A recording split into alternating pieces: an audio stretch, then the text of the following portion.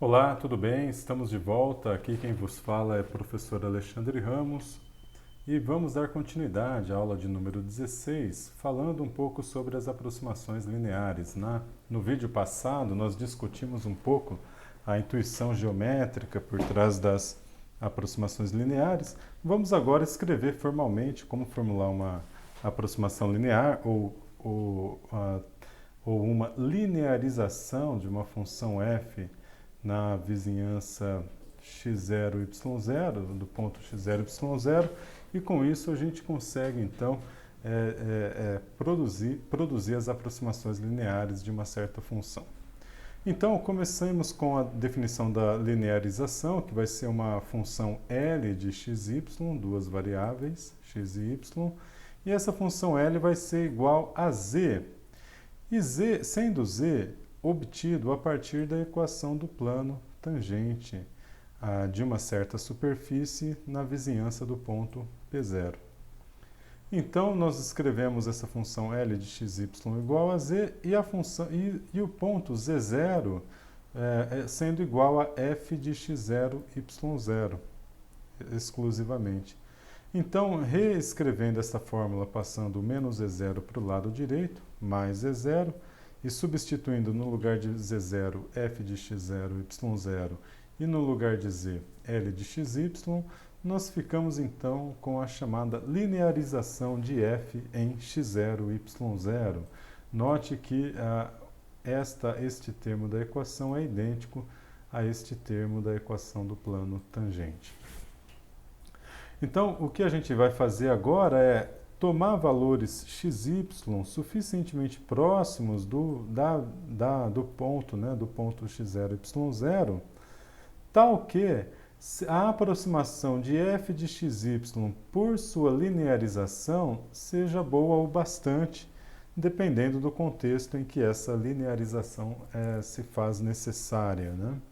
Então, quando isso acontece, nós vamos dizer que a função f de xy, nesta vizinhança, é aproximadamente igual à linearização de f no ponto x0, y0. Tá? Então, na vizinhança de x0, y0, sendo essa vizinhança tão grande quanto adequado o problema com que estejamos lidando, então, essa linearização é uma aproximação adequada à função f de xy. Tá bom?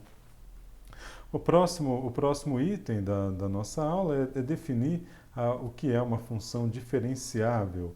Então, se a gente tem essa definição é feita em analogia com o que nós fizemos lá em cálculo 1, então nós vamos dizer que uma função f é diferenciável se dado z igual a f de xy, e dado o incremento ΔX igual a x menos x0 e o incremento ΔY igual a y menos y0, então o ΔZ, que é o incremento em z, é z menos z0 igual a f de x e y menos f de x0 e y0.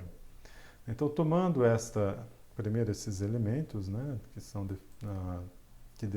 a gente usa para fazer a notação, e definir a nossa função, então definir se a função é diferenciável, então nós chamamos f de diferenciável em x0 e y0 se o ΔZ, o incremento em f de xy, quando houver um incremento em x e y, então o incremento em f vai ser expresso como sendo a aproximação linear, né? Então, veja que o incremento em f significa pegar esse termo aqui e passar para o lado de cá da igualdade, então ficamos com ΔZ, f de xy menos f de x0, y0, e para termos a igualdade nós temos a linearização mais a correção, que é uma constante ε1 ΔX e uma constante de correção ε2 vezes ΔY, né?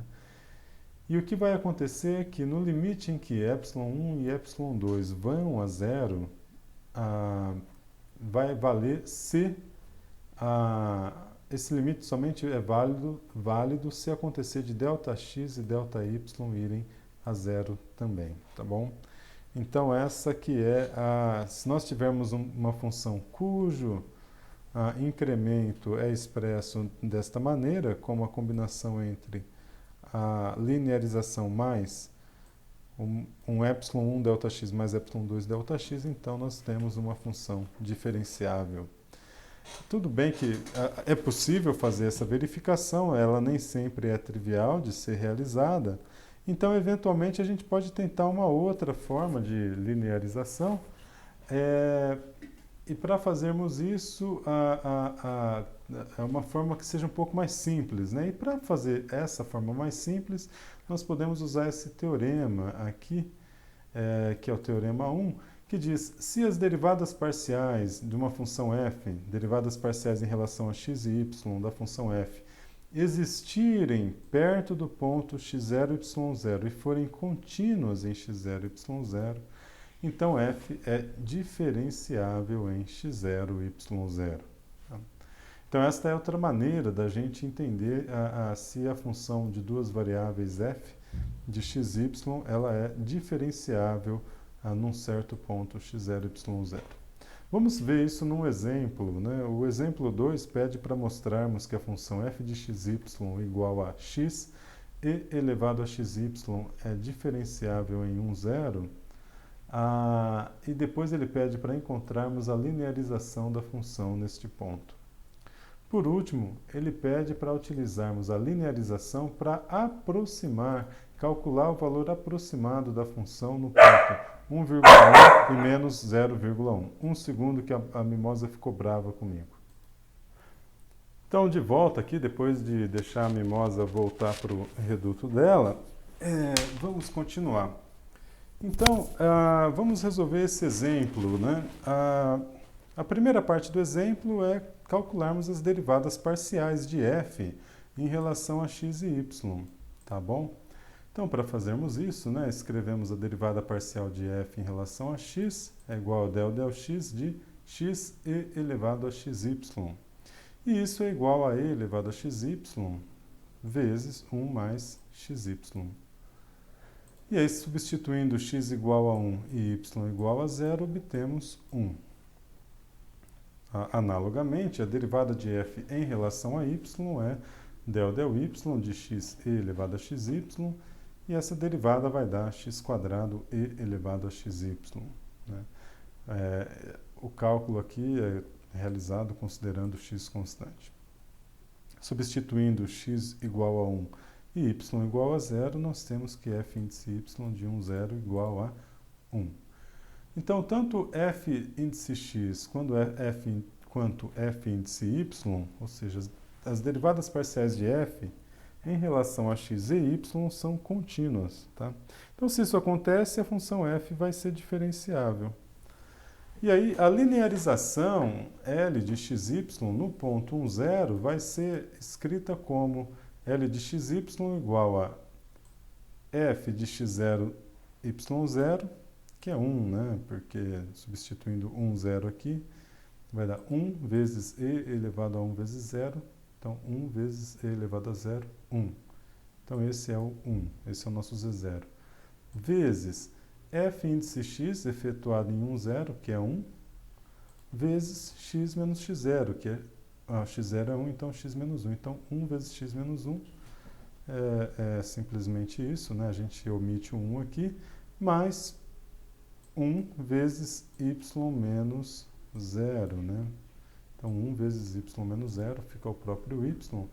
Esse menos 1 com esse 1 são... a gente elimina, né? E ficamos com x mais y apenas como sendo a linearização da função f de xy igual a x e elevado a xy. Tá bom?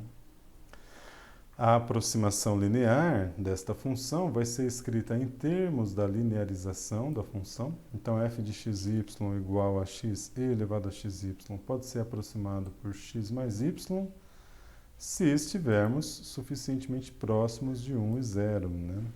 Então, digamos que para nós essa proximidade, este ponto está próximo bastante do ponto 1, 0. Então, f de 1,1 e menos 0,1 é aproximadamente x 1,1 mais y, que é menos 0,1. Então, isso vai dar 1. Só para darmos uma noção, né, do quão boa é essa aproximação, vejamos esse termo aqui, né? Vamos usar a função exata para fazer esse cálculo. Então, f de 1,1 e menos 0,1 é igual a 1,1 vezes e elevado a 1,1 vezes menos 0,1. Então, fazendo este cálculo aqui, nós obtemos aproximadamente 0,98542. Tá? Então, vejam que quer dizer, ele é próximo aí, tem uma diferença, né? Mas ele é próximo. Então, dependendo da circunstância, essa diferença entre 1 e 0,98 é irrelevante. A gente pode usar, então, esta aproximação linear em vez da função exata no ponto. Com isso, a gente fecha esta parte da aula e a gente teremos as cenas do próximo capítulo, né, quando falaremos sobre o que é o diferencial e a extrapolação das definições aqui apresentadas para o caso em que tivermos uma função de 3 ou mais variáveis. Até breve, um grande abraço e nos vemos dentro de instantes. Tchau, tchau.